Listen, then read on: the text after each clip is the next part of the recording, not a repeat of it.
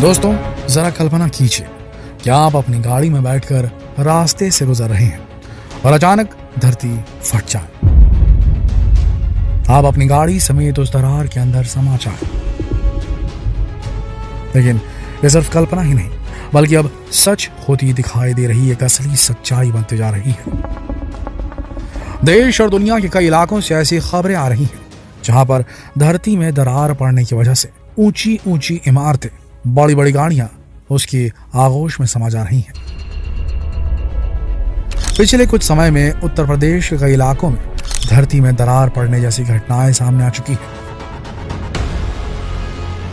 जमीन के अंदर सैकड़ों मीटर लंबी ये दरारें बड़े बड़े घरों को निकल सकती हैं। धरती में दरार पड़ने की वजह से स्थानीय लोग अपनी जगह को छोड़ने पर मजबूर हो रहे हैं। लोगों में इस बात का खौफ है कि कहीं वे खुद भी धरती की उस दरार के अंदर न समा जाएं। लेकिन सवाल उठता है कि आखिर धरती क्यों फट रही है? क्या हमारी पृथ्वी बीमार हो रही है? क्या धरती के फटने की ये छोटी छोटी घटनाएं आगे चलकर बहुत बड़ा रूप धारण कर लेंगी?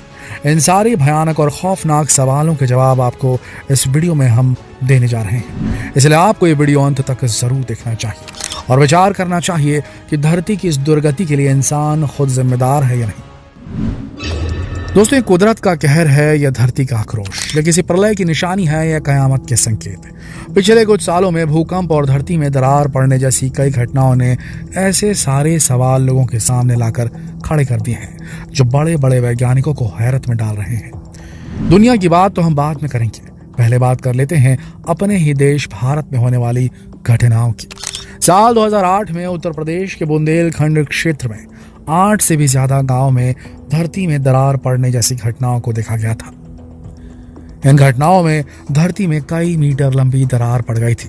ये घटनाएं बीरबल अकबरपुर के पास यमुना नदी के किनारे बसे इलाके में दिखाई दी थी। धरती फटने की इन घटनाओं की जानकारी तुरंत IIT कानपुर के वैज्ञानिकों को दी गई। वैज्ञानिकों ने इन घटनाओं का बारीकी से परीक्षण किया और पाया कि यमुना नदी से भारी मात्रा में उत्खनन की घटनाओं के बढ़ने के कारण धरती के टेक्टोनिक प्लेट्स में हलचल हुई, जिसके कारण धरती में दरार पड़ने लगी। इतना ही नहीं, उस क्षेत्र के नलकूपों से भारी मात्रा में पानी की निकासी होने के कारण भूगर्भीय जल की मात्रा कम हो गई, जिसके कारण धरती फटने जैसी घटनाओं को देखा जा रहा है। इन घटनाओं के बाद IIT कानपुर के वैज्ञानिकों ने तुरंत जल संचय अभियान को बढ़ाने, वाटर कंजर्वेशन के अभियान को, मूवमेंट को बढ़ाने और रेत उत्खनन को कम करने के लिए जल्द से जल्द रोकने का सुझाव सरकार को दिया। धरती फटने की ऐसी एक और घटना साल 2016 में कानपुर के घाटमपुर इलाके में देखी गई थी। घाटमपुर इलाके में आने वाले जमालपुर के किसान के आम के बगीचे के अंदर रात के समय 25 फीट लंबी दरार पड़ गई। यह दरार करीब 8 से 10 फुट गहरी थी। इस घटना ने सभी ग्रामीण लोगों को काफी सदमे में डाल दिया था। इस घटना की भी वैज्ञानिकों के द्वारा जांच कराए जाने पर पता चला था कि धरती से अवैध और आपराधिक तरीके से जल का दोहन करने के कारण ऐसी घटनाएं हो रही हैं। ये तो हुई कुछ पुरानी घटनाएं। अब आपको बताते हैं हाल ही में घटित हुई ऐसी एक और घटना। जुलाई 2021 में हरियाणा के महेंद्रगढ़ जिले में आने वाले नारनौल इलाके में धरती फटने से लगभग 3 किलोमीटर लंबी दरार पड़ गई। ये घटना भी रात के समय में ही हुई थी। दिन निकलते ही जब ग्रामीण लोग इस हैरान कर देने वाली घटना को देखने पहुंचे तो सभी काफी दंग रह गए। अंधविश्वास में घिरा हुआ कोई व्यक्ति इसे ईश्वर का प्रकोप बताने लगा तो कुछ बुद्धिजीवी इसे पर्यावरण का असंतुलन बताने लगे। हालांकि ऐसा होने के पीछे की असली वजह का पता नहीं लगाया जा सका।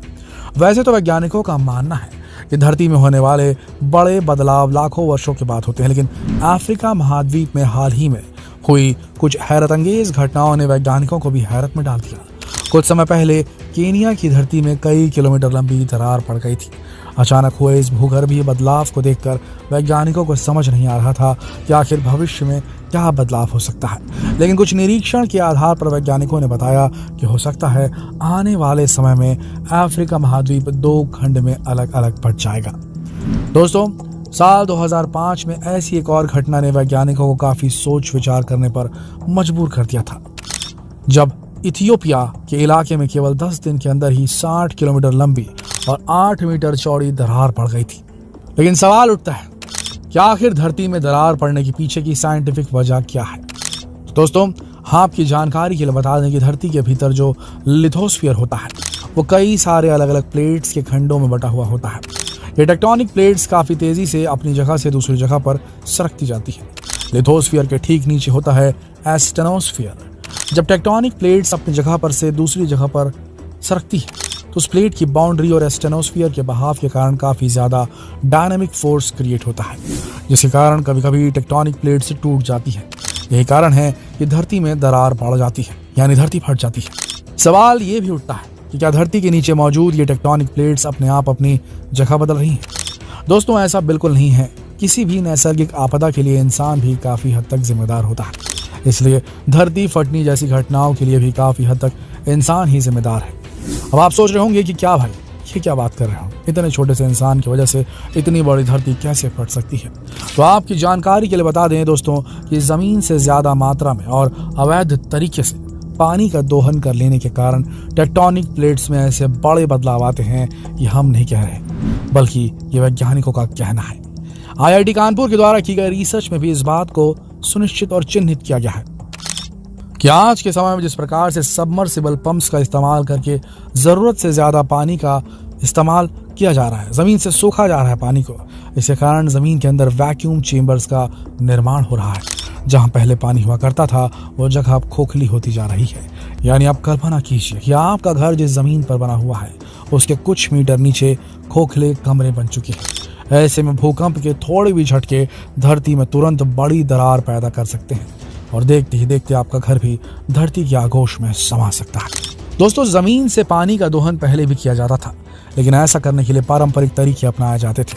ज्यादातर कुएं और तालाबों से ही जरूरत के मुताबिक पानी हासिल किया जाता था, लेकिन आज के समय में सबमर्सिबल पंप के माध्यम से अंधाधुंध पानी जमीन से निकाला जा रहा है, क्योंकि ऐसा करने के लिए इंसान को अब मेहनत तो लगती नहीं, केवल एक बटन दबाने की देर है और आपकी पानी की टंकी लबालब भर जाती है।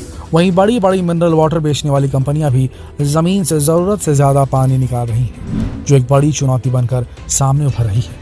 इसके साथ ही बरसात का पानी जमीन के अंदर नहीं जा पा रहा। अत्यधिक प्लास्टिक का उपयोग, रासायनिक चीजों के इस्तेमाल करने वाले कारखाने, डिटर्जेंट मिला हुआ पानी और बड़ी बड़ी फैक्ट्रियों से निकला हुआ केमिकल युक्त पानी भी जमीन को खराब कर रहा है, जिसके कारण बरसात का पानी जमीन के अंदर नहीं जा पा रहा। इसे एक प्रकार से भूमि प्रदूषण के रूप में भी देखा जा सकता है। इसलिए हमने पहले ही कहा कि धरती की इस दुर्दशा के लिए खुद इंसान ही जिम्मेदार है।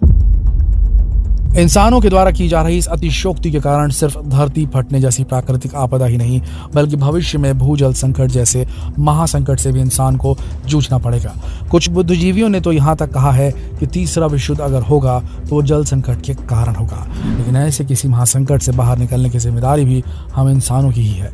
हमें व्यक्तिगत स्वार्थ को दरकिनार करते हुए पर्यावरण के संरक्षण को सर्वोच्च मान्यता देनी चाहिए। प्लास्टिक हो या फर्टिलाइजर, इन सभी चीजों का इस्तेमाल जितना हो सके बंद करना चाहिए। तो दोस्तों, धरती फटने की ऐसी घटनाओं को हल्के में ना लें। ये छोटे छोटे संकेत ही होते हैं जो आने वाले समय में किसी बड़े संकट का कारण बन जाते हैं। ये सारे संकेत वैज्ञानिकों को तो समझ में आ ही गए, लेकिन केवल वैज्ञानिकों के समझने से कुछ नहीं होगा, बल्कि हम सभी को मिलकर हमारी पृथ्वी को फिर से अच्छा बनाना होगा, स्वस्थ करना होगा इसे, ताकि हमारी आने वाली पीढ़ी को किसी भी प्रकार के पर्यावरण के संकट से ना जूझना पड़े। इस वीडियो की गंभीरता अगर आप समझ गए होंगे तो इस वीडियो को शेयर करना बिल्कुल नहीं भूलेंगे। शेयर कीजिए इस वीडियो को फेसबुक पर, व्हाट्सएप पर, यूट्यूब पर। धन्यवाद।